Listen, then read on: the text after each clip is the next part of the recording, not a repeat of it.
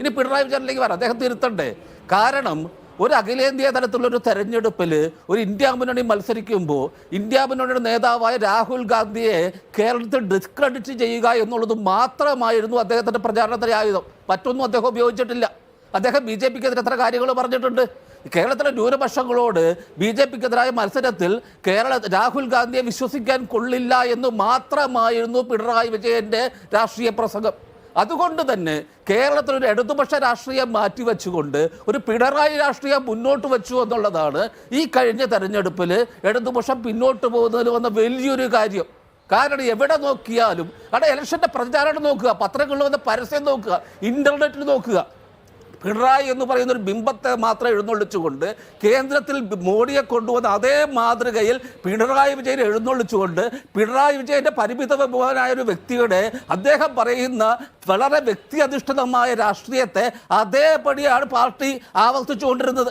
അപ്പോൾ പിണറായി വിജയൻ പറയുന്ന രാഷ്ട്രീയത്തിനപ്പുറം കേരളത്തിൽ വന്ന വൃദ്ധക്കാരായിട്ട് പോലും പറയാൻ പറ്റിയിട്ടില്ല.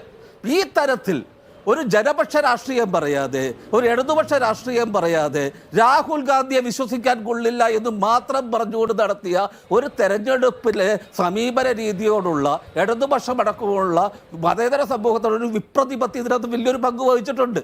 പിന്നെ മുന്നോട്ട് പോവുകയാണെങ്കിലും ഈ വിമർശനങ്ങളെല്ലാം നമ്മൾ കഴിഞ്ഞ ദിവസം കണ്ടതല്ലേ, ഒരു ബിഷപ്പ് വളരെ സതുദ്ദേശത്തോടു കൂടി ഏതാനും ചില വാക്കുകൾ വളരെ സൗമ്യമായി ഈ പാർട്ടിക്കെതിരെ പറഞ്ഞതിന് ആ ബിഷപ്പിനു നേരെ അദ്ദേഹം നടത്തിയ വിമർശനം നമ്മൾ കണ്ടതല്ലേ. ഏത് തരത്തിലുള്ള സഹിഷ്ണുതയാണ് അദ്ദേഹം കാണിച്ചത് നമ്മൾ കണ്ടതല്ലേ. പിന്നെ ഈ കഴിഞ്ഞ ദിവസം നിയമസഭയിൽ പോലും അദ്ദേഹം പറഞ്ഞത് പരാജയമല്ല ജയമാണെന്നുള്ള ലെവലിലാണ് പറഞ്ഞത്. അപ്പം ഇവിടെയാണ് ഒരു നമ്മുടെ ഹെഡ്ലൈനിൽ പറയുന്ന പോലെ ഒരു പോരാളിയായി ഗോവിന്ദ മാഷ് വരികയാണെങ്കിൽ അത് നല്ലൊരു കാര്യമാണ്. കാരണം ഒരു ജനാധിപത്യ ബഹുസ്വര സമൂഹത്തിന് നിരക്കുന്ന രീതിയിൽ CPM-ന്റെ ഭാഗത്തുനിന്നും ഇടതുപക്ഷ പാർട്ടികളുടെ ഭാഗത്തു നിന്നും പ്രവർത്തനം വരണം, പ്രതികരണം വരണം. അല്ലാതെ ബോംബുണ്ടാക്കുമ്പോൾ അത് കയ്യിലിരുന്ന് പൊട്ടി അശാസ്ത്രീയമായി ബോംബ് നിർമ്മിച്ചപ്പോൾ പൊട്ടിയ ആളുകൾക്ക് വേണ്ടി രക്തസാക്ഷി സ്മാരക പ്രഭാഷണം നടത്തുക, അവർക്ക് സ്മാരക മന്ദിരം നിർമ്മിക്കുക. അതുപോലെ ഇന്നലെ കുഞ്ഞനന്ദൻ്റെ ഒരു അനുസ്മരണ യോഗത്തിന് നിന്നുകൊണ്ടാണ് MV ജയരാജൻ പോരാളി ഷാജിയെ വെല്ലുവിളിക്കുന്നത്. ഇത്തരത്തിലുള്ള അസംബന്ധങ്ങളൊക്കെ ജനങ്ങൾ കണ്ടുകൊണ്ടിരിക്കുകയാണ്. ഇപ്പോൾ വളരെ വിവര വിക്ഷേപണത്തിൻ്റെയും വളരെ ആശയപരമായ പ്രചാരണത്തിൻ്റെയൊക്കെ ഒരു ലോകത്ത് ഈ നാട്ടിലെ ജനങ്ങളെ ഒരു പ്രബുദ്ധരായ രാഷ്ട്രീയ പ്രബുദ്ധയുള്ള സമൂഹത്തിനെ നോക്കി പരസ്യമായി കൊഞ്ഞനം കുത്തുന്ന രീതിയിലുള്ള ഒരു രാഷ്ട്രീയം കടന്നിട്ടുണ്ടെങ്കിൽ ജനങ്ങൾ അതിനോട് പ്രതികരിക്കും. അപ്പോൾ ഇവിടെ നമുക്കിപ്പോൾ അതൊരു പൊതുസമൂഹത്തിൽ നിൽക്കുന്ന ആളുകൾക്ക് ഇപ്പോൾ കോൺഗ്രസ് ചെയ്യുന്ന കാര്യങ്ങളോടോ അല്ലെങ്കിൽ CPM ചെയ്യുന്ന കാര്യങ്ങളോടോ ഏതെങ്കിലും പക്ഷപാതത്തോടുകൂടി കാര്യങ്ങൾ പറയേണ്ട കാര്യമില്ല. പക്ഷേ ഇവിടെ ഒരു മാധ്യമപ്രവർത്തകരാവട്ടെ, എഴുത്തുകാരാവട്ടെ, പൊതുപ്രവർത്തകരാകട്ടെ, പൊതുമണ്ഡലത്തിൽ നിന്ന് പൗരസമൂഹത്തിൻ്റെ ഭാഗമായി നിന്നുകൊണ്ട് അധികാരത്തിൽ ഇരിക്കുന്ന ആളുകളുടെ തെറ്റായ പ്രവണതകൾക്കെതിരെ ഒരു ചെറുവിരൽ അരക്കിക്കഴിഞ്ഞാൽ വെട്ടുക്കളിക്കീട്ടങ്ങളെ അയച്ചു വിട്ടുകൊണ്ട് ഈ നാട്ടിൽ എല്ലാ അഭിപ്രായ സ്വാതന്ത്ര്യത്തെയും എല്ലാ ജനാധിപത്യ അവകാശങ്ങളെയും എല്ലാ ബഹുസ്വരമായിട്ടുള്ള സമീപനങ്ങളെയും ഇല്ലാതാക്കി കളയുന്ന ഒരു രീതിയുണ്ട്. എനിക്ക് ബഹുമാനപ്പെട്ട കുഞ്ഞികൃഷ്ണൻ സഖാവിനോ ബഹുമാനമുണ്ട്. അടുത്ത ദിവസം പോലും അദ്ദേഹം കോഴിക്കോട് ഒരു ചർച്ചയുടെയും സംവാദത്തിൻ്റെയും ഒക്കെ വലിയൊരു പരിപാടി ഓർഗനൈസ് ചെയ്യുന്നതാണ് നമ്മൾ കഴിഞ്ഞ ദിവസമൊക്കെ കണ്ടു. അപ്പോൾ ഇത്തരത്തിലുള്ള ചർച്ചകളുടെയും സംവാദങ്ങളുടെയും ആശയപരമായിട്ടുള്ള ഏറ്റുമുട്ടലുകളുടെയും ഒക്കെ ഒരു ഇടതുപക്ഷ രാഷ്ട്രീയ മണ്ഡലത്തെ മാറ്റിയിട്ട് അവിടെ വെട്ടുക്കളികളെയും പോരാളി ഷാജിമാരെയും സ്ഥാപിച്ചുകൊണ്ട് വളരെ വ്യക്തികളിലേക്കും ഒക്കെ ഒതുക്കിക്കൊണ്ട് ഇടതുപക്ഷ രാഷ്ട്രീയം മറന്നുള്ള കാര്യങ്ങളാണ് ചെയ്തത്. അപ്പം അതിനൊക്കെ മാറ്റം വരണ്ടേ?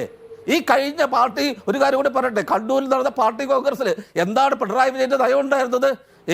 യെച്ചൂരിയെ പോലുള്ള നയത്തിന് വിരുദ്ധമായിട്ട് ദേശീയ തലത്തിൽ കോൺഗ്രസുമായി സഖ്യം വേണ്ട, പകരം പറഞ്ഞിരുന്നത് ഒന്ന് കർണാടകത്തിലെ ജനതാദൾ എസും അതുപോലെ ചന്ദ്രശേഖർ റാവുവാണ് തെലങ്കാനയിലെ ചന്ദ്രശേഖർ റാവു അഴിമതിയുടെ വേറൊരു പ്രതിരൂപമായ ചന്ദ്രശേഖർ റാവു എവിടെ ഇല്ലാണ്ടായിപ്പോയി.